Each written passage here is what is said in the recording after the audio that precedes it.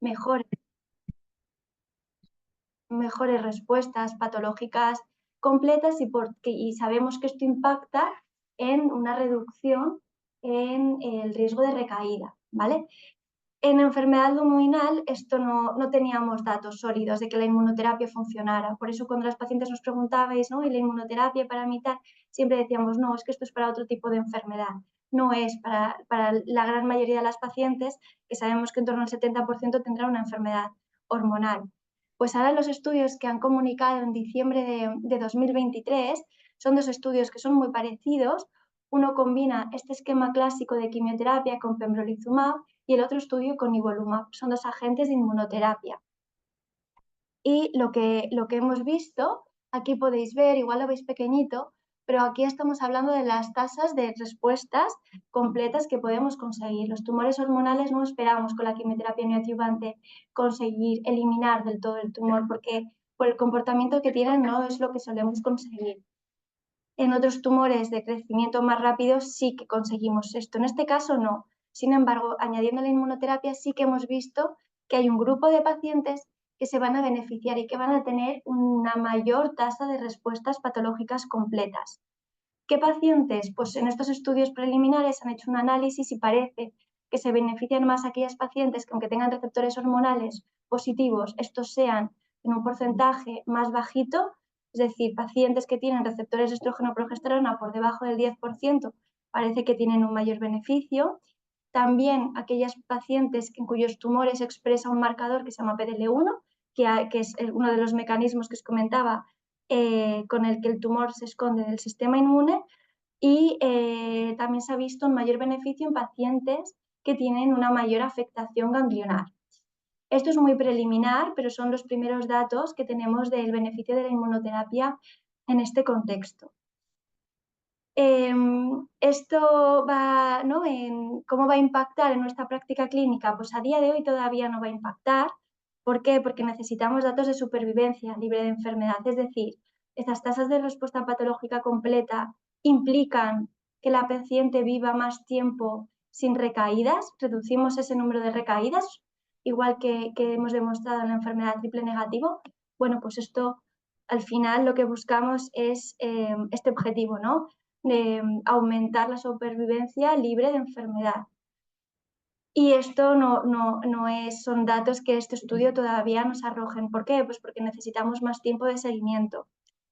Por otro lado, necesitamos también ver cuáles de estas pacientes realmente se van a beneficiar de estos tratamientos. Tenemos estos datos de biomarcadores que son preliminares, como os digo, pero hace falta tener una imagen más global, tanto por los receptores hormonales como el estatus del PDL1, la afectación ganglionar, el tamaño tumoral, para hacernos a la idea de en qué pacientes nos va a merecer la pena exponerles, ¿no?, a este tratamiento de quimioterapia más una inmunoterapia, que no está exenta al fin y al cabo de toxicidad.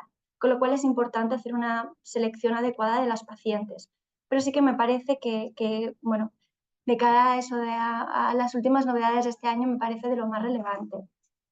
Por otro lado, me ha parecido importante señalar también los estudios que tenemos de inhibidores de ciclinas en el contexto de enfermedad precoz.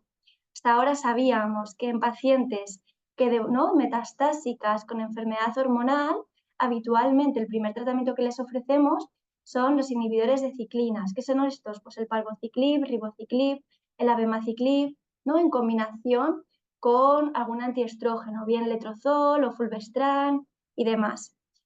Han dado tan buen resultado en la enfermedad avanzada que lo que hemos hecho ha sido estudiar, oye, pacientes que tengan alto riesgo de recaer, que estemos haciendo un tratamiento con intención curativa, pero que tuvieran afectación ganglionar o tumores en los que tenemos marcadores de alto riesgo, se benefician de hacer de forma adyuvante, es decir, posterior a la cirugía, un tratamiento con inhibidores de ciclina. Pues hasta ahora tenemos datos, sobre todo con el ribociclib, que es el estudio Natalie, y con el abemaciclib, que es el otro inhibidor de ciclinas. Recientemente han comunicado datos ya con un poquito más de seguimiento de este estudio de Natalie, que es con ribociclib, y aquí os marco, ¿no?, que como veis en términos de supervivencia libre de enfermedad parece que obtenemos un beneficio del ribociclib del 3% a 3 años, que es verdad que, ¿no? que acostumbrados igual a curvas de enfermedad metastásica, esto no parece tanto, pero desde luego hace una diferencia. Y si tenemos en cuenta esta reducción del riesgo que conseguimos, pues estima que es de en torno al 25% del riesgo de recaída, con lo cual son, bueno, estudios interesantes, ¿no? Si esto va a impactar en la supervivencia global de las pacientes, si van a vivir más al final, no solamente libres de enfermedad, pues esto todavía no lo sabemos. El otro estudio en este contexto es el Monarch. En este caso se incluyeron pacientes con un poquito más de riesgo que en el estudio anterior. Todas las pacientes, la mayoría de las pacientes que se incluyeron, el 91% tenía afectación axilar, la mayoría más de 4 ganglios, con un grupo más pequeño que tenían entre 1 y 3 ganglios, pero con otros factores de mal pronóstico. Y estos son los datos que tenemos hasta ahora. También se incluyeron pacientes en una cohorte más pequeña que tenían esa afectación entre 1 y 3 ganglios con factores de mal pronóstico, pero eran solamente el 9%. O sea que lo que os voy a comentar sobre todo son pacientes que tenían una carga de enfermedad axilar importante. Y en este caso se trataban con abemaciclib durante 2 años. En el estudio previo recibía ribociclib durante 3 años. Y como veis, en términos de supervivencia libre de enfermedad, igual que en el previo, pues tenemos aquí una diferencia de, bueno, cerca de, bueno, un poquito mayor, ¿no? De la reducción del riesgo de recaída del 30% con este fármaco. ¿Qué tenemos hoy en día? Pues nosotros tenemos en la clínica el abemaciclib, ya lo tenemos aprobado para pacientes que o bien al inicio o bien después de la cirugía vemos que tienen a partir de 4 ganglios afectados y les proponemos el tratamiento con el abemaciclib durante 2 años y estamos pendientes de la aprobación del ribociclib, que a día de hoy no podemos poner en la práctica clínica en el contexto de enfermedad precoz. El beneficio, si todas las pacientes se van a beneficiar, bueno, esto todavía no, necesitamos un poquito más de seguimiento y tener más información. Sí que parece que el beneficio de estos fármacos se ve tanto en pacientes con, ¿no? Independientemente del nivel de los receptores de estrógeno que tengan o del índice de proliferación, pero ya se están empezando a estudiar algunas pacientes que parece que podrían ser resistentes a este mecanismo, como pues, alteraciones moleculares muy concretas, muy preliminares y en las que se están trabajando. Cosas que nos quedan pendientes con esta información, a mí me parece ¿no? importante ver si estos tratamientos mejorados nos van a impactar ¿no? en reducir el tratamiento o no, el número de tratamientos de quimioterapia que pautamos a las pacientes. Que yo creo que al final lo que buscamos también es no solamente tener mejores tasas de curación, sino además exponer a la paciente a la menor toxicidad posible. Y me parece importante, sobre todo ahora que ya estamos probando alguno de estos fármacos, ver si realmente las pacientes ¿no? en el estudio tenían tasas de discontinuación de los tratamientos importantes, a ver en las pacientes de nuestra consulta cuál es el comportamiento, ¿no? Porque es verdad que estamos hablando de prolongar tratamientos que sí que requieren ¿no? cierta monitorización durante 2 años más que según el contexto de la paciente, la edad de la que tenga, ¿no? Si tiene pues, niños pequeños a su cargo, el trabajo y demás, a veces es complicado de mantener. Y luego, evidentemente, por la toxicidad, cuando uno tiene ¿no? esa percepción de, oye, a mí me han dicho que ya estoy curada y ahora tengo que hacer este tratamiento 2, 3 años y creo que esto, bueno, pues puede tener su dificultad. Pasando a la enfermedad triple negativo, como os he dicho, de aquí ya sí que teníamos datos más robustos del beneficio de la inmunoterapia junto con los esquemas de quimioterapia que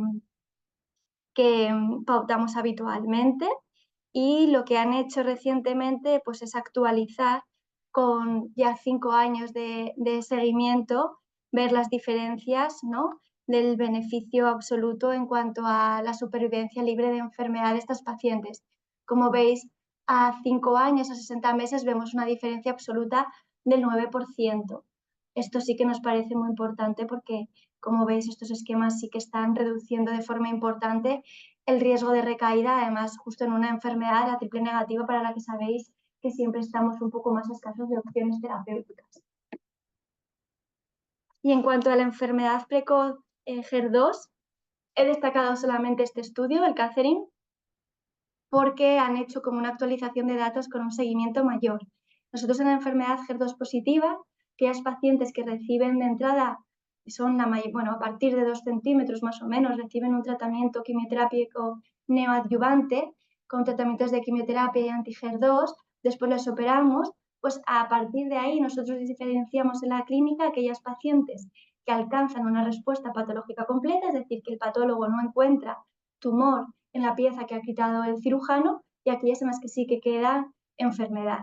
En estas pacientes en las que sí que queda enfermedad, les damos un tratamiento un poco más complejo. Normalmente, si hay una respuesta completa, damos trastuzumab durante un año, que es un anticuerpo durante un año que en general se tolera muy bien, salvo algunos episodios de diarrea y demás, pero con buena tolerancia. Y en el caso de que quede enfermedad, estábamos ofreciendo el TDM1, que esto ahora veremos, ¿no?, los ADCs en qué consisten, pero ya es un fármaco que sí que lleva quimioterapia asociada, pero que sí que en el que vemos que a 8 años tenemos una reducción, ¿no?, una reducción en cuanto a la supervivencia libre de recaídas, así como en la supervivencia global, ya con un seguimiento robusto de 8 años. Después veremos, porque aquí ya por no alargarlo más no me he querido meter, después cuando hablemos de los ADCs veréis que con los datos que estamos teniendo en la enfermedad avanzada, lo esperable es que todo esto se vaya adelantando y que si bien ahora estamos dando el TDM1 en aquellas pacientes en las que queda enfermedad, probablemente si repetimos esta presentación de aquí a 6 meses, igual la tendré que cambiar, casi seguro, porque tendremos datos de algunos estudios con otros fármacos un poquito más novedosos.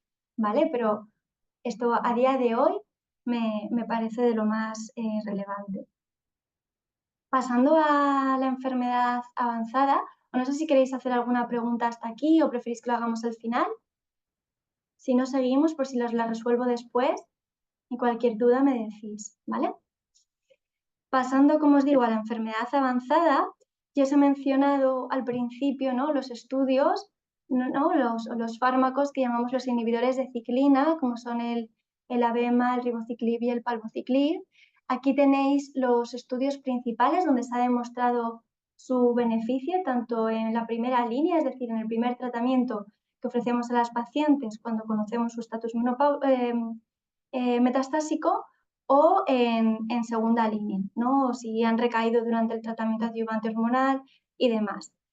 Teníamos datos que no habíamos alcanzado hasta hace poquitos años, esto hubiera sido impensable. Tenemos supervivencias globales, ¿no?, y bueno, esto hay que cogerlo con pinzas, de hasta 5 años, que no teníamos hasta hace muy poquito. Y vemos un beneficio frente a hacer solamente un tratamiento con un inhibidor de la aromatasa, es decir, con un letrozol, anastrozol o solo con un fulvestrant. Vemos que la diferencia es muy importante, con reducciones con un aumento en cuanto a la supervivencia libre de progresión de más del 50%. Ahora, porque esto la mayoría de vosotras ya lo conocéis, ¿qué es lo que viene, ¿no? Pues fundamentalmente se están haciendo estudios, o entre otras cosas están haciendo estudios de hacer tratamientos con inhibidores de ciclina a la progresión de un inhibidor de ciclina. Es decir, antes, pues, si la paciente había recibido palbociclib y letrozol, progresaba, pues ahí normalmente poníamos fulvestrant, más o menos alguna cosa en función de otras, de alguna alteración molecular. Y lo que nos estamos planteando es, oye, la progresión de estos fármacos podemos seguir dando, tiene un papel usar un inhibidor de ciclinas. Pues bueno, esto todavía no tenemos datos muy sólidos, pero sí que parece que puede haber algún beneficio. Más reciente, pues el estudio MANTAIN, ¿no?, donde las pacientes recibían ribociclib más palbociclib, y a la progresión les añadían un tratamiento con ribociclib. Y sí que se ha visto que esto nos podría ayudar a mejorar el beneficio que obtenemos de la segunda línea de tratamiento. Todo muy preliminar, pero bueno, dentro de las cosas que se han comunicado en el Congreso de San Antonio, que fue en diciembre de 2023, que para nosotros es uno de los congresos más importantes, sí que me ha parecido, ¿no?, una cosa novedosa y de la que hasta ahora en las charlas no habíamos tratado. Y bueno, pues probablemente en charlas futuras también os pueda actualizar sobre esto. Ya hemos hablado al principio de esta medicina de precisión, ¿no? Pero yo creo que es importante ver, oye, pues en qué momento situamos esto, ¿no? De la historia oncológica de la paciente. Cuando hablamos de pacientes sometidas a un tratamiento hormonal, que como os digo son, ¿no? La gran mayoría de nuestros pacientes, sabemos que este tratamiento hormonal, este bloqueo a nivel del receptor de estrógenos, produce algunos cambios a nivel del tumor. El tumor intenta escaparse activando otras vías moleculares que no estamos bloqueando. ¿Cuáles tenemos? Pues muchas. Después de un inhibidor de aromatasa, pues lo que vemos en casi el 20% es una mutación en el receptor de estrógenos, es decir, bloqueamos ese receptor, pero muta, con lo cual ya está activado de forma constitutiva independientemente de que nosotros lo intentemos bloquear. Esto es por ejemplo, uno de los mecanismos de escape que conocemos, ¿no? En pacientes sometidas a un tratamiento hormonal. Otros mecanismos, pues por ejemplo, la mutación, ¿no? En las vías de la MAP quinasa. Otro de los mecanismos, mutaciones a nivel de PI3K. Es decir, que vamos conociendo cada vez mejor cómo va variando el tumor a medida que lo sometemos, que le damos presión, ¿no? Con determinados fármacos. Y esto es importante pues de cara a lo que voy a comentar ahora. En primer lugar, entender que los tumores al final son un ecosistema dinámico. Bloqueamos una cosa, pero el tumor se puede escapar haciendo mecanismos de resistencia por otro lado, ¿vale? Por eso muchas veces, uy, pero a mí me funciona el inhibidor de ciclina durante 5 años y ahora el tratamiento hormonal, ¿por qué me ha durado tan poco, no? Bueno, pues es por este tipo de mecanismos de resistencia, algunos conocidos y otros que a día de hoy no conocemos, que hacen que el tumor aprenda, ¿no? a escaparse de estos tratamientos, porque si no, evidentemente, pues, ¿no? Podríamos hablar de la curación incluso de pacientes con enfermedad avanzada. Aquí os represento alteraciones que se ven en azul en los tumores primarios, es decir, en el tumor que hemos quitado de la mama y comparado con las metástasis, simplemente pues para recalcar esto. Como veis aquí marcado, SR1 es una alteración que raramente lo encontramos en el tumor al inicio, pero sí que encontramos después de esta presión al tratamiento hormonal a la progresión, ¿no? En cerca del 20%. Sin embargo, hay otras mutaciones que prácticamente se mantienen constantes en la historia de la enfermedad, que normalmente un tumor que tiene una mutación de PI3K muchas veces la tiene ya en el tumor primario y independientemente que luego nosotros lo detectemos en la metástasis o que a nivel de la enfermedad precoz ahora mismo no tenga un papel y pidamos estas determinaciones más adelante, ¿vale? Pero simplemente para que os hagáis un poquito a la idea de todas estas alteraciones y de la complejidad que tiene todo esto. En este caso de enfermedad avanzada, a la progresión, ¿no? De esta primera línea de tratamiento que hemos dicho con inhibidores de ciclina, ¿qué es lo que tenemos? Bueno, para aquellas pacientes que tienen una mutación a nivel de PI3K, ya teníamos datos de este estudio, que es el SOLAR-1.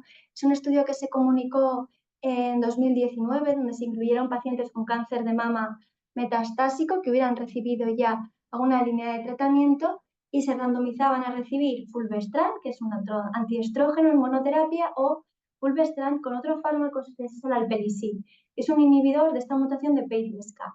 Ahí se incluyeron pacientes con o sin mutación. ¿Qué se vio después? Pues que en aquellas pacientes que sí tenían esta mutación, que en pacientes con receptores hormonales positivos, HER2 negativo, ronda en torno al 40% de las pacientes, o sea, son cifras importantes, sí que se ve un aumento en la supervivencia libre de progresión. Como veis, que casi duplica el beneficio del fulvestrant. Si solamente con fulvestrant la duración del tratamiento estaba a la mediana en torno a 5,7 meses, con esta combinación aumenta hasta 11. ¿Problema de esto? Pues fundamentalmente que el alpelisib se tolera mal. En lo que hemos visto es que las pacientes tienen sobre todo problemas a nivel de la hiperglucemia. ¿Por qué? Porque al final la vía de PI3K está implicada en muchas vías metabólicas de nuestro organismo que funcionan en todos nosotros. Lo que hacemos con este bloqueo es alterarlo y produce, pues eso, sobre todo, digamos que inducimos a las pacientes a ser diabéticas en muchos casos y producía muchos problemas también de diarrea.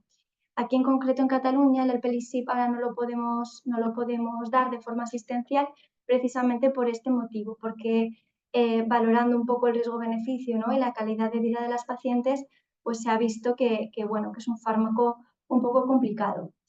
Aún así, ¿no?, sabemos que merece la pena inhibir esta vía porque está presente en un número muy importante de las pacientes y porque, como hemos visto, realmente inhibir este mecanismo sí que produce un impacto en la supervivencia de las pacientes. ¿Qué es lo que se está haciendo? Pues están desarrollando nuevos fármacos. No sé si alguna de vosotros habrá oído hablar de ellos. Si bien inicial, ¿no?, el Alpelisib, lo que sabemos es que se colocaba dentro de esa proteína que generamos, errónea, mutada, en este sitio, como en el lugar de activación, sabemos que esto puede generar, ¿no?, otros sitios de unión y ejercer su función de otra manera, aunque bloqueemos esto. Con lo cual, lo que se han desarrollado son fármacos que se unen a una zona diferente. Uniéndose a esta zona diferente, ¿qué estamos consiguiendo? Pues que produzcan un número, ¿no?, de efectos secundarios. O sea, digamos, es como más específica, la hace más diferente este sitio de unión o más específico de esa proteína mutada frente a la que no lo está, de tal manera que la cantidad de hiperglucemias, diarreas o toxicidad cutánea que tenemos es muy inferior. En este sentido, os he puesto tenemos aquí en el hospital abiertos varios estudios para pacientes con este tipo de mutaciones. Aquí os pongo uno de ellos, simplemente, pues, bueno, yo creo que realmente es complicado de ver desde aquí, pero simplemente para hacer hincapié, ¿no?, de la inhibición que conseguimos con estos nuevos fármacos. Este es pues uno de ellos frente al Alpelisib, que es el que tenemos aquí, para que veáis la potencia, ¿no?, de lo que conseguimos, y aquí simplemente gráficas hechas en análisis preclínicos en ratones, donde se representa, ¿no?, la importante disminución de las hiperglucemias respecto a lo que teníamos con los fármacos, los inhibidores de PI3K previos. Aquí lo mismo, simplemente mencionar pues eso, la importante reducción en cuanto a la toxicidad de hiperglucemia. Sí que siguen dando este tipo de problemas, pero sobre todo lo que nosotros llamamos hiperglucemias grado 1, es decir, que la paciente habitualmente no supera en ayunas los 160 miligramos, ¿no?, de cilitro de glucosa, con lo cual, bueno, son hiperglucemias fácilmente manejables con medicación oral y que tampoco suponen un riesgo importante para la paciente, ¿no? Con el Alpelisib es verdad que a veces hemos ¿no?, encontrado pacientes que se ponen con hiperglucemias por encima de 400, que ya esto sí que es un problema y una situación que obliga a acudir a urgencias. Y aquí una imagen, pues porque me parece muy representativa para que veáis estos cambios, ¿no? Este es un paciente tratado con uno de estos nuevos fármacos. Este es el TAC basal, como veis, esto es el hígado, con importante, todo esto oscurito que veis aquí es la enfermedad, son las metástasis hepáticas de la paciente, y aquí, como veis, a 8 semanas del tratamiento, pues ya se empieza a ver una reducción, ¿no?, de la carga de enfermedad importante. Dentro ¿no?, de las biopsias líquidas o de los análisis moleculares que podemos hacer, pues lo que se está viendo también es que si analizamos ese ADN que digamos que el tumor, ¿no?, vierte al torrente sanguíneo, podemos ver aquellas pacientes en las que se produce ya una disminución muy importante en el ADN circulante con esta mutación de PI3K. Es decir, que ya no solamente estamos viendo a nivel de la imagen este beneficio claro, lo podemos ver en la clínica con la potencial mejoría de la paciente, sino que además vemos que, oye, a nivel de la sangre también estamos detectando cómo eliminamos esa mutación del paciente. En este sentido, otro de los estudios que me ha parecido importante destacar, y también pues por lo reciente que es, y porque probablemente, aunque hayáis venido, ¿no?, a múltiples charlas, probablemente no lo conozcáis, el INAVO 120 es un estudio donde lo que buscaba era hacer esta determinación de la mutación PI3K, no después de un inhibidor de ciclinas, no eso para la segunda línea, sino antes. Entonces incluyeron pacientes que hubieran recaído en el contexto, o sea, durante el tratamiento hormonal, ¿vale? Como sabemos que la mutación en PI3K a veces confiere cierta resistencia en los tratamientos hormonales, pues pacientes que igual estaban haciendo su letrozol adyuvante o su tamoxifeno, que recaen en este periodo, se les podía pedir la determinación de la mutación de PI3K. También pacientes que una vez finalizado hubieran recaído en un plazo corto de tiempo. Y en estas pacientes en las que se encontraba la mutación de PI3K, se incluían en el estudio y se randomizaban a bien recibir el tratamiento estándar para esas pacientes metastásicas, que en este caso sería palbociclib en combinación con fulvestrant o palbociclib-fulvestrant, y otro fármaco parecido al alpelisib, que es el inabolisib, que es otro de los inhibidores de PI3K, ¿no? Un poco más modernos que el alpelisib de nueva generación. ¿Y ahí qué se ha visto? Pues que en términos, ¿no?, de supervivencia libre de progresión, el tiempo que tenemos controlada la enfermedad, tenemos un beneficio muy importante con una reducción del 47% del riesgo de progresión. Y aquí veis las curvas. Estas son las pacientes que recibieron el inabolisib y aquí podéis ver las pacientes que recibieron solamente el palbociclib y el fulvestrant. Estos datos yo creo que todavía les falta seguimiento. Tendremos que ver si hacer una primera línea con palbociclib fulvestrant y posteriormente en una segunda dar el inhibidor de PI3K, si realmente es peor que esto o merece la pena tratar a las pacientes, detectarlo antes y tratar a las pacientes con 3 fármacos. ¿Qué problemas le veo a esto? Pues al final no deja de ser un triplete, ¿no?, de fármacos. Muchas de vosotras sabéis los efectos secundarios que tiene esta medicación, pues a medida que vayamos añadiendo fármacos, pues hombre, la curva puede estar muy bien, pero hay que ver si realmente para las pacientes esto ¿no?, aporta una calidad de vida que sea aceptable. Y si los datos los podemos igualar haciendo el inhibidor de PI3K posteriormente. Eso está por ver, pero desde luego como novedades de 2023 yo creo que esta es de las más destacables. Sobre todo porque representa cómo vamos acercando, ¿no?, al contexto de primeras líneas de enfermedad precoz todos los fármacos de los que vamos teniendo datos. Hablábamos antes de otra de las mutaciones del receptor de estrógeno, lo que os decía que era la SR1. En este contexto siempre oís hablar del letrozol, ¿no? Bueno, pues ya sabemos, o del fulvestrant. Pues parecido al fulvestrant, el fulvestrant tiene la pega, es un degradador del receptor de estrógeno, es decir, no busca bajar tanto los estrógenos en sangre de la paciente, sino eliminar los receptores. Es un mecanismo de acción distinto.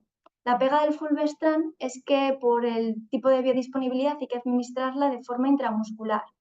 Se administra, ¿no?, son 2 inyecciones cada 28 días. Un poco para mejorar esto y buscar fármacos que fueran más cómodos para las pacientes, se desarrollaron estos fármacos orales que llamamos comúnmente, nosotros los llamamos SERDs, ¿vale? No deja de ser degradador selectivo del receptor de estrógenos. Es decir, es un fulvestrant pero oral con una potencia mayor para esta degradación.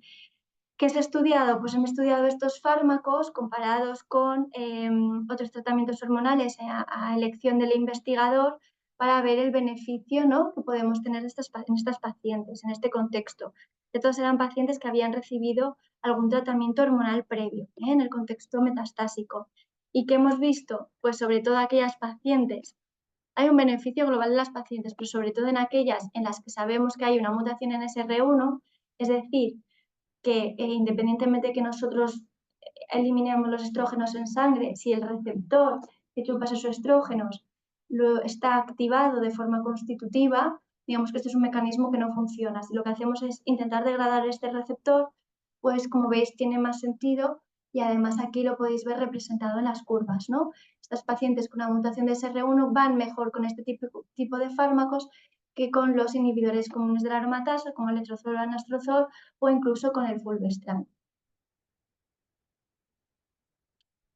Y por otro lado, sí que quería, ¿no?, simplemente mencionaros, y porque sobre todo la charla va sobre la investigación en cáncer de mama, que todos estos fármacos tenemos prácticamente cada compañía ha desarrollado su propio set, ya que podéis ver, no hace falta verlo con detalle, simplemente que sepáis que se están haciendo muchos ensayos en este contexto.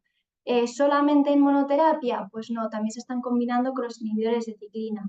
¿Es el mejor compañero para un palbociclib poner letrozol? ¿O podemos tener mejores resultados con esos degradadores de estrógenos más selectivos?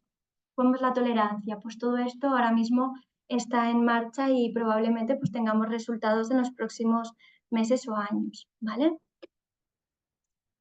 cambiando un poco de tema, ¿no? Después de hablar de todos estos tratamientos hormonales, sí que, esto seguro que lo sabéis, además he puesto esta diapositiva en alguna presentación anterior, pero como son, bueno, por si acaso había alguien que no hubiera oído hablar de ellos y que quería comentarlo, los ADCs.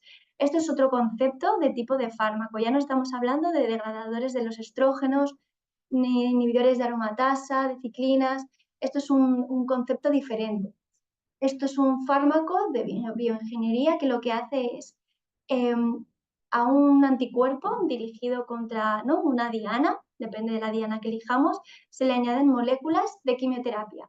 Es decir, si por ejemplo tenemos un tumor HER2, podemos poner un anticuerpo anti-HER2 y en vez de dejar ese anticuerpo solo, como hacíamos con el trastuzumab, asociarle estas moléculas rojas que son de quimioterapia. ¿Qué hace esto? Pues básicamente lo que hace es que nosotros administramos el fármaco, pero ese fármaco, esas bolitas rojas, no van a difundir en la sangre como ocurre si ponemos una quimioterapia, una antraciclina por la vena, ¿no? O un paclitaxel, sino que lo que hace es, de forma selectiva, va a esas células que expresan ese antígeno con que queremos atacar, en este caso, por ejemplo, HER2, pues este anticuerpo iría frente a HER2 y es ahí, en esa célula que tiene esta expresión mayor de HER2, donde suelta esas moléculas, ¿no? Aquí simplemente representamos cómo la célula capta esta droga, este conjugado droga-anticuerpo, que es los ADCs, en el mecanismo de unas moléculas, ¿no?, unas moléculas que tenemos en nuestras células de lisosomas, digamos que se fragmenta y queda liberada la parte de quimioterapia. ¿Qué ventajas tiene esto? Pues fundamentalmente que podemos dar quimioterapia a dosis más altas que en sangre directamente no podríamos administrar por su toxicidad y que van de forma más selectiva a estas células que queremos atacar. Luego tiene la ventaja de que como son moléculas muy pequeñitas, son en muchos casos, al separarse de digamos, esta estructura del anticuerpo, es capaz de difundir por la membrana plasmática. Esto lo que hace es que no solamente ataca, pues en este caso a HER2, las células que tienen HER2, sino que si estamos hablando de una enfermedad heterogénea, un grupo, ¿no?, de la enfermedad tiene HER2, otras menor expresión y demás, difunde y es capaz de atacarlo también. Esto yo creo que es lo que más ha revolucionado, ¿no?, en los últimos años el tratamiento del cáncer. Entonces, bueno, pues aunque sea un poco repetitivo y algunas de vosotras igual estáis hartas de escucharlo, sí que me parecía importante mencionarlo. En este lío de diapositivas solamente quiero que os hagáis una idea, ahora os he hablado, ¿no?, de este anticuerpo que va frente a HER2.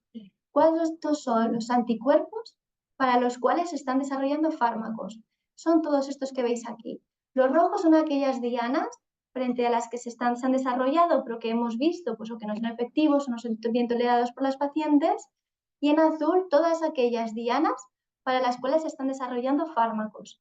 Ahora mismo lo que tenemos aprobado en oncología, pues creo que son 8, algunos para vejiga, otros para cáncer de mama, también para enfermedad hematológica, en linfomas, son unos pocos. La gran mayoría tienen un tipo de quimioterapia muy similar, pero como veis, el tipo de quimioterapia que nosotros le podemos añadir a ese anticuerpo, pues son muchas. Es cuestión de ir desarrollando fármacos, ¿no?, que sean estables en la sangre y que, bueno, que permitan este tipo de administración. Pero como veis, esto ya, antes hablábamos siempre de HER2 para este tipo de fármacos, por el trastuzumab deruxtecan, que comentaremos después, pero como veis ahora mismo el desarrollo está siendo brutal para un montón de dianas. Y esto, claro, son oportunidades de tratamiento y fármacos para las cuales, ¿no?, que las pacientes hasta ahora no han recibido, con lo cual son mecanismos nuevos y prometedores. Como estábamos en cáncer de mama hormonal, ADCs tienen un papel, pues ahora sí, ¿no? Este estudio, el TROPICS-02, bueno, en este caso probaron, ¿no?, la administración de sacituzumab govitecan, que es uno de los ADCs de los que disponemos en el momento, pacientes que habían recibido al menos 2 líneas de tratamiento, no más de 4 líneas de quimioterapia, recibir el tratamiento de quimioterapia elección del investigador, con las quimioterapias que habitualmente usamos, frente a dar este ADC. Las pacientes, simplemente estas son las gráficas con las que nosotros en oncología vemos, pues que los dos brazos de tratamiento estén bien balanceados, que haya el mismo número de pacientes con enfermedad visceral, ¿no? Que ya os digo que estaba bien balanceado, y aquí podéis ver los datos en cuanto a la supervivencia libre de progresión. Y como veis, tanto a nivel de la progresión libre de enfermedad como en datos de supervivencia global, vemos un beneficio usando este sacituzumab. ¿Quiere decir que esto nos va a cambiar la práctica inmediatamente? Bueno, no, pero te contamos con una herramienta más de tratamiento para las pacientes, ¿vale? Y con quimioterapias, pues bueno, las que el cuerpo no se había sometido anteriormente. Pasando a la enfermedad HER2, aquí os pongo simplemente un esquema para que veáis si esto es HER2, todos los sitios donde podemos atacar, ¿no? esta expresión, esta proteína que tenemos aquí en la superficie de las células. Pues puede ser por fuera, puede ser por dentro de la célula, en el mecanismo donde ejerce, digamos, su efecto.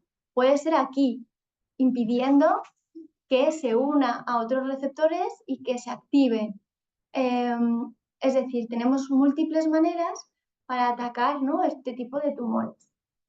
¿Qué me parece relevante? Pues el trastuzumab deruxtecan, que es uno de los ADCs del que seguro que habéis oído hablar, que tiene el anticuerpo, es trastuzumab, como quimioterapia tiene el deruxtecan, es un agente antimicrotúbulo, y aquí lo que vemos es, oye, pacientes en las que lo que tocaba recibir era TDM1, que era, ¿no?, el tratamiento que recibían en segunda línea a la progresión de un primer tratamiento, con paclitaxel habitualmente, trastuzumab, pertuzumab, pues a recibir esto o este fármaco, ¿no?, el trastuzumab deruxtecan. ¿Y qué vemos? Pues hombre, aquí veis las curvas, la diferencia en cuanto a la supervivencia libre de progresión de las pacientes. Conseguimos un control de la enfermedad mucho mejor con este esquema.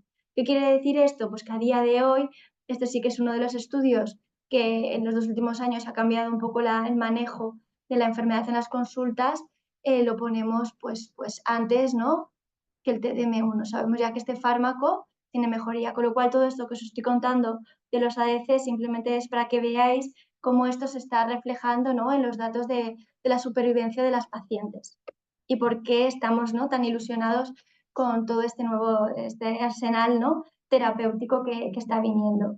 Y aquí os menciono simplemente para que sepáis que se están ahora mismo probando en este contexto múltiples ADCs con diseños muy diferentes, quimioterapias distintas, anticuerpos diferentes, y para que os hagáis una idea, ¿no?, de qué vamos a tener en los próximos años en este contexto.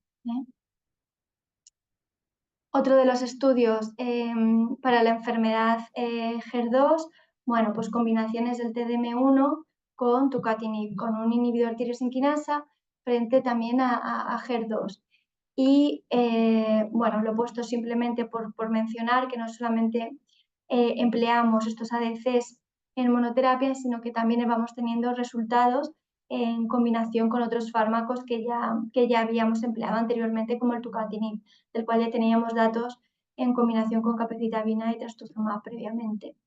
Y aquí pues las curvas, como veis, sobre todo beneficio de esta combinación en pacientes que tengan enfermedad cerebral, que es precisamente, ¿no?, sabemos que la enfermedad HER2 desafortunadamente tiene como mucha afinidad, ¿no?, mucha propensión a hacer metástasis cerebrales, y bueno, dado lo delicado de este contexto, pues era una necesidad encontrar fármacos que tuvieran una buena penetrancia a nivel del sistema nervioso central y poder tratar y ofrecer opciones terapéuticas a estas pacientes, tanto con el trastuzumab deruxtecan, con el cual tenemos datos espectaculares de control a nivel de la enfermedad cerebral, como con estas combinaciones de fármaco. Pues bueno, yo creo que ¿no?, viene un panorama un poco menos desolador que el que teníamos hasta hace poco.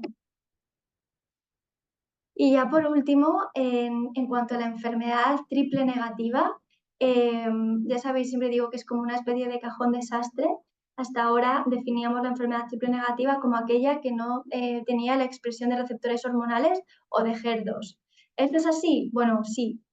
Esto es lo que llamamos, a grandes rasgos, enfermedad triple negativo, pero sabemos que estos tumores se comportan de una forma muy diferente. Es decir, lo llamamos triple negativo porque no sabemos cómo clasificarlos de una forma mejor. ¿Iremos mejorando esta clasificación? Seguro que sí. A medida que vamos conociendo biomarcadores, vamos distinguiendo diferentes tipos de tumores triples negativos con comportamientos muy distintos. Hasta ahora, la enfermedad triple negativa era en la que estábamos más escasos de opciones terapéuticas. Teníamos sobre todo tratamientos de quimioterapia, íbamos poniendo tratamientos de monoterapia una tras otra, pues hasta que nos agotábamos las líneas de quimioterapia, hasta que la paciente ya no quisiera seguir con el tratamiento. Ahora que tenemos, pues nuevas estrategias que están cambiando todo este panorama. ¿Cuáles? Pues la inmunoterapia que hemos hablado antes de ella, tratamientos dirigidos como los inhibidores de PARP, de que hablaremos a continuación, estos ADCs y luego tratamientos de combinación. ¿Todo esto es para todo el mundo? Pues no, sabemos que la enfermedad triple negativa no es igual en todas las pacientes, su comportamiento es distinto y el tratamiento que debemos ofrecerlos es diferente. ¿Funciona la inmunoterapia en pacientes con enfermedad triple negativa o metastásica? Sí. ¿Funciona en todas? No. Sabemos que igual que en enfermedad precoz, no teníamos una paciente, por ejemplo, con un ganglio afecto, enfermedad triple negativa, sin enfermedad a distancia, hemos visto que la inmunoterapia sí funciona, no sabemos por qué, si es por el tipo de combinación de la quimioterapia.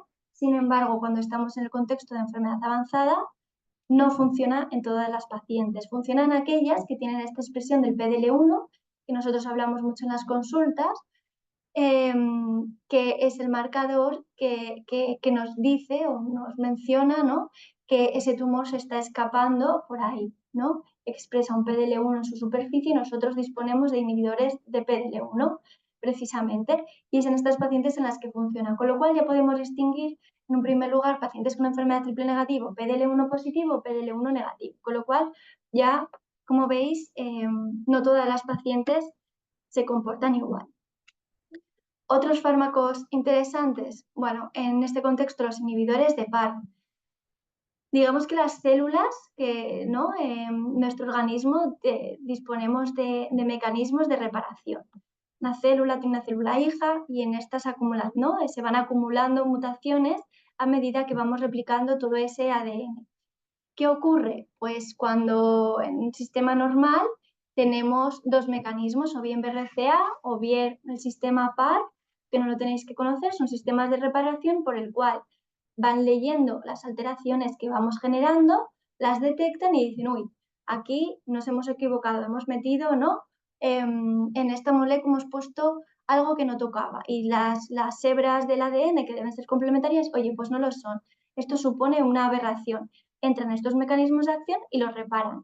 Y esto es lo que ocurre constantemente en nuestro cuerpo, todo el rato. ¿Qué pasa? Que hay pacientes que tienen mutaciones a nivel del BRCA. El BRCA, como os he dicho, es uno de los sistemas de reparación de estos daños en el ADN. ¿Qué ocurre? Que si esa célula tumoral le falta el BRCA, realmente como son células dañadas, lo que queremos es eliminarlas, no queremos que sean reparadas por el otro mecanismo que tienen estas pacientes, como es el PAR. Con lo cual, que se ha desarrollado inhibidores de PAR. Es decir, si tenemos pacientes a las que ya les falta uno de los mecanismos de reparación, que es BRCA, que no lo tienen porque no les funciona bien, porque está mutado, si conseguimos eliminarles el otro mecanismo de acción que sí que tienen, que es PAR, lo que vamos a conseguir es eliminar esta célula. Y un poco, esto simplificándolo mucho, con esta idea se han desarrollado los fármacos, pues por ejemplo, olaparib o talazoparib, que son, aquí podéis, algunos de los estudios son fármacos que, bueno, comparados con quimioterapia en pacientes que tienen una mutación en BRCA1 o BRCA2, han dado datos de supervivencia, ¿no?, de control de la enfermedad muy interesantes. Ventajas, son fármacos orales con una tolerancia bastante buena, con lo cual ya no estamos hablando de que solo tenemos tratamientos de quimioterapia, ¿no?, para estas pacientes. Se van a beneficiar solamente del 15-20% de pacientes con tumores triples negativos, en torno al 20% de ellas van a tener alguna alteración en estos mecanismos de reparación, con lo cual tampoco es para todas, ni la inmunoterapia ni los fármacos, los inhibidores de PAR, como el olaparib. Pero bueno, ya vamos teniendo estos subgrupos y es importante de cara a comprender mejor la evolución de la enfermedad e ir haciendo estas distinciones. Por otro lado, como siempre, porque como veis los ADCs ya están en todos los contextos, en enfermedad triple negativo, ¿cuál ha sido uno de los estudios más importantes? El ASCENT. En este caso el fármaco es el sacituzumab govitecan, es un ADC similar al trastuzumab deruxtecan, pero que en vez de usar como diana HER2, usa TROP2, que es una molécula que tenemos, ¿no? Que con mucha frecuencia se expresa en los tumores, sobre todo en cáncer de mama, en mayor o menor medida, pero sí que parece que es bastante selectivo. Y se ha comparado en pacientes que con enfermedad triple negativa avanzada, que hubieran recibido al menos 2 líneas de quimioterapia en este contexto, a recibir este fármaco frente a una quimioterapia a elección del investigador. ¿Qué hemos visto? Pues que con este nuevo fármaco conseguimos un control mucho mayor de la enfermedad. Aquí tenéis las curvas, esta si no me equivoco, es la de PFS y de supervivencia global. Y aquí lo que podéis ver es eso, cuando pone que es una hazard ratio de 0,41, quiere decir que tenemos una reducción del riesgo de progresión del 59% con estos fármacos. Es decir, que también el tratamiento en esta enfermedad tan agresiva como es el triple negativo, estamos teniendo mejoras importantes en los últimos años. Y esto es un estudio que ya es un fase 3 y que ha dado aprobaciones de fármaco. Como habéis visto con todos los ADCs que están por venir, lo esperable es que vayamos teniendo cada vez más opciones. Simplemente brevemente, porque si no será muy denso, el Tropion-01, otro estudio con ADCs en este contexto. Ya no es el sacituzumab govitecan, ahora es el datopotamab deruxtecan. ¿Qué es esto? Usa el TROP2, esta diana que usaba el sacituzumab, pero la quimioterapia no es la del sacituzumab, sino que usa la del trastuzumab deruxtecan. Por eso se llama datopotamab deruxtecan. Es decir, han mezclado una diana con una quimioterapia diferente. Esa es otra forma, porque si nosotros damos una ADC y el tumor progresa, ha progresado porque ya no es sensible a esa diana o porque no es sensible a la quimioterapia que le estamos dando. Todos estos mecanismos de resistencia todavía están un poco por dilucidar, ¿no? Entonces, estos ADCs que mezclan un anticuerpo con quimioterapias diferentes, sobre todo es relevante, ya no tanto por este estudio en concreto, sino para que tengáis en la cabeza un poco lo que implica, ¿no? Y en este estudio lo he puesto porque, bueno, hay datos interesantes donde este fármaco en concreto, el ADC, se combina además con inmunoterapia y es simplemente para introducir que ya no solamente estos fármacos que estamos desarrollando, sino que además estamos viendo, oye, dando estos ADCs conseguimos que pacientes que tenían un PDL1 negativo y que no eran sensibles a la inmunoterapia, conseguimos que esos linfocitos se vuelvan más inteligentes y más sensibles a la inmunoterapia. Pues esta es una de las hipótesis y por lo que se están haciendo estas combinaciones. Aquí simplemente enfermedad avanzada, tanto aquí he puesto triple negativo, pero realmente aplicaría también enfermedad luminal. Hemos hablado de atacar al HER2, el TROP2. Bueno, pues hay otra cosa que se llama HER3, que hasta ahora no le dábamos mucha importancia, que está muy expresado en células tumorales, pero que es un partner muy importante para HER2. Es decir, para que HER2 se active, en muchos casos dimeriza, se une a esta proteína a la que no hacíamos mucho caso, HER3. ¿Qué hemos hecho? Pues desarrollar otros fármacos, en este caso también con la quimioterapia del trastuzumab deruxtecan, pero que en vez de ir frente a HER2, va frente a HER3. ¿Y qué ha demostrado esto? Pues aquí podéis ver, está pequeñito, no sé si vosotros lo podéis ver mejor, tanto enfermedad con receptores hormonales positivos, como enfermedad triple negativa, como enfermedad HER2, como este marcador, el HER3, está expresado en diferentes tipos de tumores y no es específico de ninguno, como veis, se ve cierto beneficio, bueno, beneficio de hecho importante en estos tres contextos.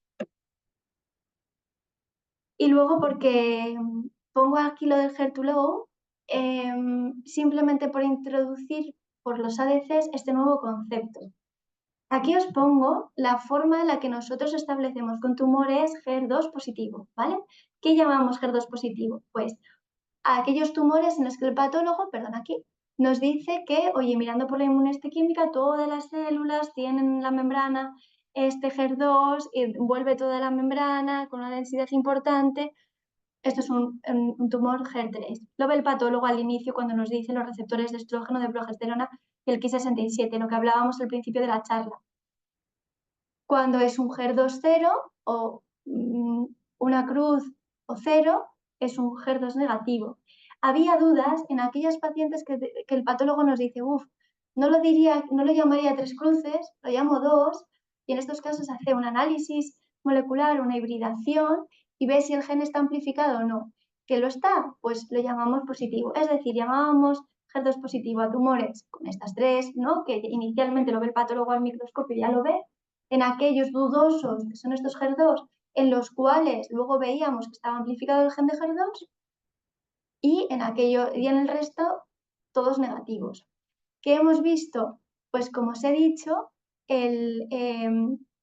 a raíz del desarrollo del trastuzumab deruxtecan que ataca HER2, hemos visto, oye, sí, aquí hay mucho HER2 y funciona muy bien, lo hemos visto en el DESTINY-Breast03. Pero ¿cómo funciona en aquellos tumores que no tienen tanta expresión pero tienen algo? Al final el fármaco lo que busca es que en la superficie haya algo al no anclarse, porque luego lo que va a hacer efecto va a ser también la quimioterapia que va a soltar dentro de esas células. Solo necesitamos una puerta de entrada a ese tipo de células. Y por eso esto es importante, porque sabemos que casi el 50% de los tumores tienen algo de expresión de HER2. De esos tumores que nosotros clasificábamos como HER2 negativo, igual eran una cruz y algo de HER2 tenía, o igual eran 2 cruces, y luego esta amplificación salió negativa y lo hemos clasificado no de forma dicotómica en positivo o negativo, pero también se pueden beneficiar. Entonces, por esto os he traído este estudio, que es el DESTINY-Breast04, un estudio donde pacientes con esta determinación intermedia que os decía, es decir, pacientes en este contexto o 2 cruces con un IS, una hibridación no amplificado, que llamábamos negativo, se incluyeron a recibir pacientes que hubieran recibido entre 1 y 2 líneas de tratamiento previo de quimioterapia, es decir, en pacientes con enfermedad o bien triple negativo, bien hormonal, que hubieran recibido entre 1 o 2 líneas de tratamiento para enfermedad metastásica. El gran volumen de pacientes que se incluyeron tenían receptores hormonales positivos. ¿Por qué? Porque hay mayor expresión de HER2 en estos rangos intermedios en pacientes hormonales que en triples negativos. ¿Y qué se ha visto? Pues aquí veis esta diferencia comparado con otras quimioterapias de las que usamos habitualmente en las consultas, veis la diferencia de dar un trastuzumab deruxtecan. Y estos son pacientes ya politratadas, que ya han recibido varios tratamientos, que sabemos que esto hace que los tumores sean un poquito más agresivos, y veis la diferencia. Y siendo pacientes con, clásicamente llamábamos HER2 negativo. Esto ha sido, ¿no?, de las primeras evidencias del beneficio de estos nuevos fármacos de los ADCs en estos contextos, ¿vale? Y aquí os pongo los datos también en triple negativo, porque siempre es donde necesitamos un mayor arsenal, porque nos faltaba más. Y como veis, pacientes triples negativos con esta expresión intermedia de HER2 también se benefician más que de hacer un tratamiento a elección, ¿no?, de quimioterapia a elección del investigador. Con lo cual, el trastuzumab deruxtecan ya no solamente es, como hablábamos al principio, para HER2 positivos, sino que ahora también tenemos evidencia para esos tumores hormonales con la determinación intermedia, y es una opción de tratamiento junto con el sacituzumab govitecan en pacientes triples negativos, con lo cual hemos pasado de tener solamente una secuenciación de quimioterapias clásicas para la enfermedad triple negativo a tener, ¿no?, un arsenal terapéutico importante. Podemos a día de hoy tratar a las pacientes fuera de ensayo clínico que sepamos que tienen un HER2, ¿no?, 2 cruces. En nuestras consultas os puedo ofrecer, pues en lugar de una capecitabina, poner trastuzumab deruxtecan, que sé que les va a durar más. Pues a día de hoy no, porque estamos pendientes de la aprobación y que en España lleguen a un acuerdo de precio. O sea, al final es un tema económico, por lo cual, ¿qué es importante? Pues hombre, tener siempre en mente las opciones de ensayos clínicos. Tenemos combinaciones de trastuzumab deruxtecan con otros fármacos en ensayos, están estudiando estas combinaciones, pero que sí que sabemos que son prometedoras en base a los datos que ya tenemos y que os he presentado, ¿vale? Esperamos tenerlo pronto, y esto desde luego, pues yo creo que sí que va a ser uno de los cambios más evidentes que iremos viendo en la consulta en los próximos años, y que esperamos que sea cuanto antes, porque desde luego los resultados son tan buenos que lo que apetece, ¿no?, es ofrecer a todas las pacientes esto. De cara al futuro, yo creo que ya hemos hablado mucho de ello, simplemente Os vuelvo a recalcar combinaciones de estos ADCs con inmunoterapia. Incluso os pongo aquí la diratuzumab vedotin, otro ADC más, que en este caso va juntado, o sea, hacia como diana, un receptor del zinc, o sea, nada que ver con lo que estábamos hablando antes, con las quimioterapias, con pembrolizumab. También este trastuzumab deruxtecan o el datopotamab deruxtecan con inmunoterapias como el durvalumab, por ejemplo, ¿no? Vemos pacientes que igual inicialmente no se iban a beneficiar del fármaco de inmunoterapia cuando lo combinábamos con un paclitaxel, igual si lo combinamos con otro tipo de quimioterapias como la que ofrecen los ADCs, sí que conseguimos ese beneficio. Y los datos es todo muy, muy inicial, pero desde luego son interesantes. Igual os lo he dicho antes porque, y disculpadme por si no lo veis, las barritas, hay una línea basal, ¿vale? Que está aquí en 0, es que no sé si no lo puedo marcar ahí, y luego todas estas líneas que bajan hablan del descenso en el volumen tumoral en cada una de las pacientes incluidas, ¿vale? Es una paciente que ha progresado, aquí en medio, si os fijáis entre trastuzumab deruxtecan y el durvalumab, como veis, hay una que la línea va hacia arriba y todas las demás barras van hacia abajo. Esa es cada una de las pacientes y ese descenso que se consigue en el volumen tumoral. Más cosas del futuro, pues hemos hablado ¿no? de los SERDs, de estos degradadores de estrógeno en combinación con inhibidores de ciclina o sustituyendo el fulvestrant en enfermedad avanzada. ¿Qué se está estudiando? Pues estamos intentando colocar estos fármacos en el contexto adyuvante, es decir, tratamos a las pacientes habitualmente con, por ejemplo, en posmenopáusicas, digamos que con letrozol durante 5 años o entre 5 y 10 años en aquellas pacientes de riesgo. Se pueden beneficiar de usar en vez de este fármaco un SERD, un nuevo fármaco degradador de nuevo diseño. Es posible que estos fármacos, según lo que sabemos del contexto metastásico, parece que dan menos artralgia, serán mejor tolerados para las pacientes. Pues muchas sabéis que uno de los principales problemas que tenemos es que los fármacos que damos en adyuvancia, los inhibidores de aromatosa, a nivel articular, de astenia y demás, son un hándicap. Entonces, pues estos fármacos pueden ser más efectivos e igual son más eficaces a la hora de evitar recaídas. Esto lo estamos estudiando, de hecho aquí tenemos estudios en marcha en este contexto donde estamos ¿no?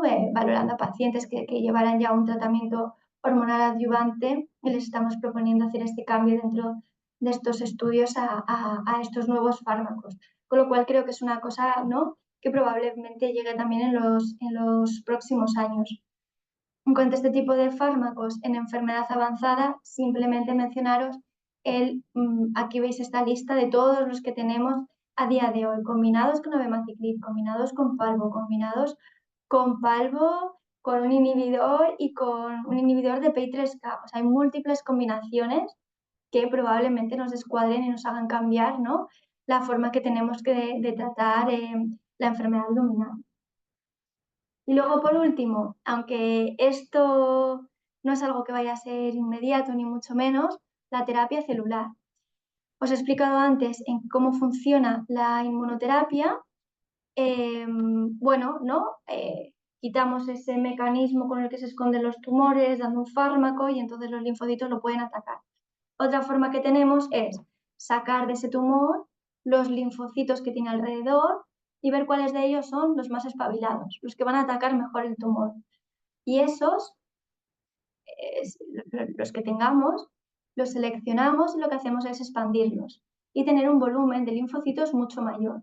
Y esto después, en un segundo tiempo, esto se desarrolla en un laboratorio, se expanden, se analizan aquellos linfocitos del tumor que nos parecen mejores o que más van a cumplir esta función, los multiplicamos y después los infundimos en forma de una vacuna a la paciente para que sean sus propios linfocitos los que ataquen el tumor.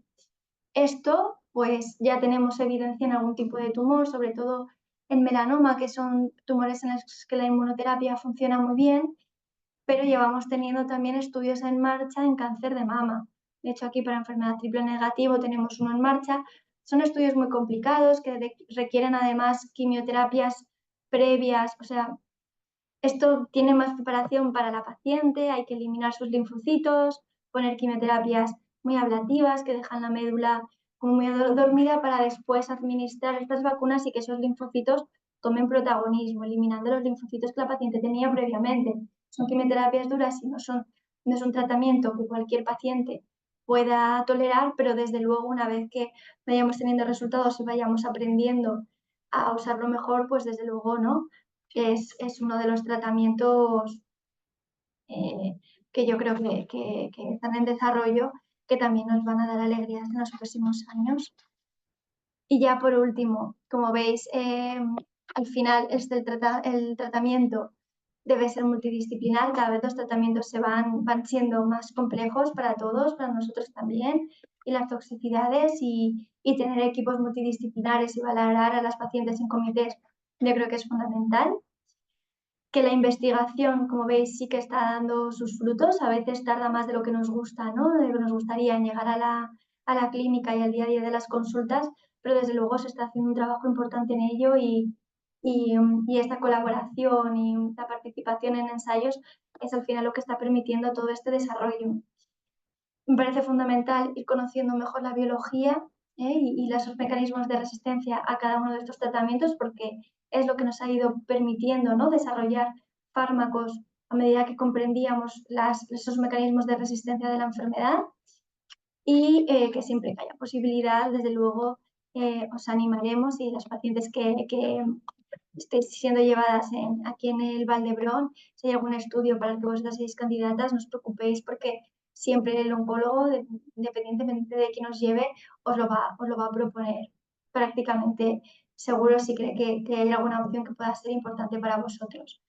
Y luego hacer hincapié, como siempre hacemos, ¿no?, en el empoderamiento de las pacientes, que vosotros cada vez estéis más implicadas bueno, pues en conocer un poco todo esto. También ese es el objetivo que tenemos en parte para dar estas charlas y que cada vez pues seáis, ¿no?, más conscientes del papel y que tenéis, que al final todo lo que hacemos es y tiene que ser para vosotras y la importancia, ¿no?, desde las asociaciones también, la presión que estáis haciendo para acelerar aprobaciones de fármacos, es decir, que todo este trabajo no se embalde y está dando sus frutos. Y por mi parte, nada más. Aquí, bueno, muchas gracias por haberme escuchado, espero que no haya sido muy aburrido. Y aquí veis todo el equipo que conformamos la unidad de mama y también ¿no?, incluyendo de las compañeras que también están en consejo genético y como veis, pues somos un equipo muy grande y nada, encantada de responder todas vuestras dudas. Sí, ¿Te puedo hacer una pregunta? sí, por supuesto. Vamos a ver si yo se lo sé explicar bien. Yo soy un milagro andante. Cuando entré... Sí, un segundito, vamos a quitar la grabación, ¿vale? Para que... ¿Lo paramos? Sí. No se preocupe, no se preocupe. Que lo que le voy a explicar lo puedo explicar. Vale. Mira, yo soy un milagro andante porque en el 2016 tuve la suerte de entrar en el estudio del palbociclib y el etrozol. Y otra cosa, como usted es científica, la provincia de Zamora, ¿qué tendrá el suelo o qué se desarrollará? Es la provincia de España que más cánceres de mama hay. Como guardo todos los enredos, los unos y los otros y los poco más, es la provincia de España que más cáncer de mama hay. ¿A qué se deberá eso?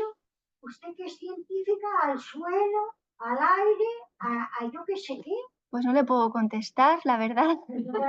Desconocía el dato. Ya sabemos que al final el cáncer de mama es muy... Yo creo que me oís bien, ¿verdad? Sin micro. Bueno, el cáncer de mama es muy prevalente. Sabemos que más o menos 1 de cada 8 mujeres lo va a padecer. Sí, pero... El por qué hay, ¿no? Parece que cada vez le estamos dando más importancia al tema, ¿no?, a las exposiciones, a disruptores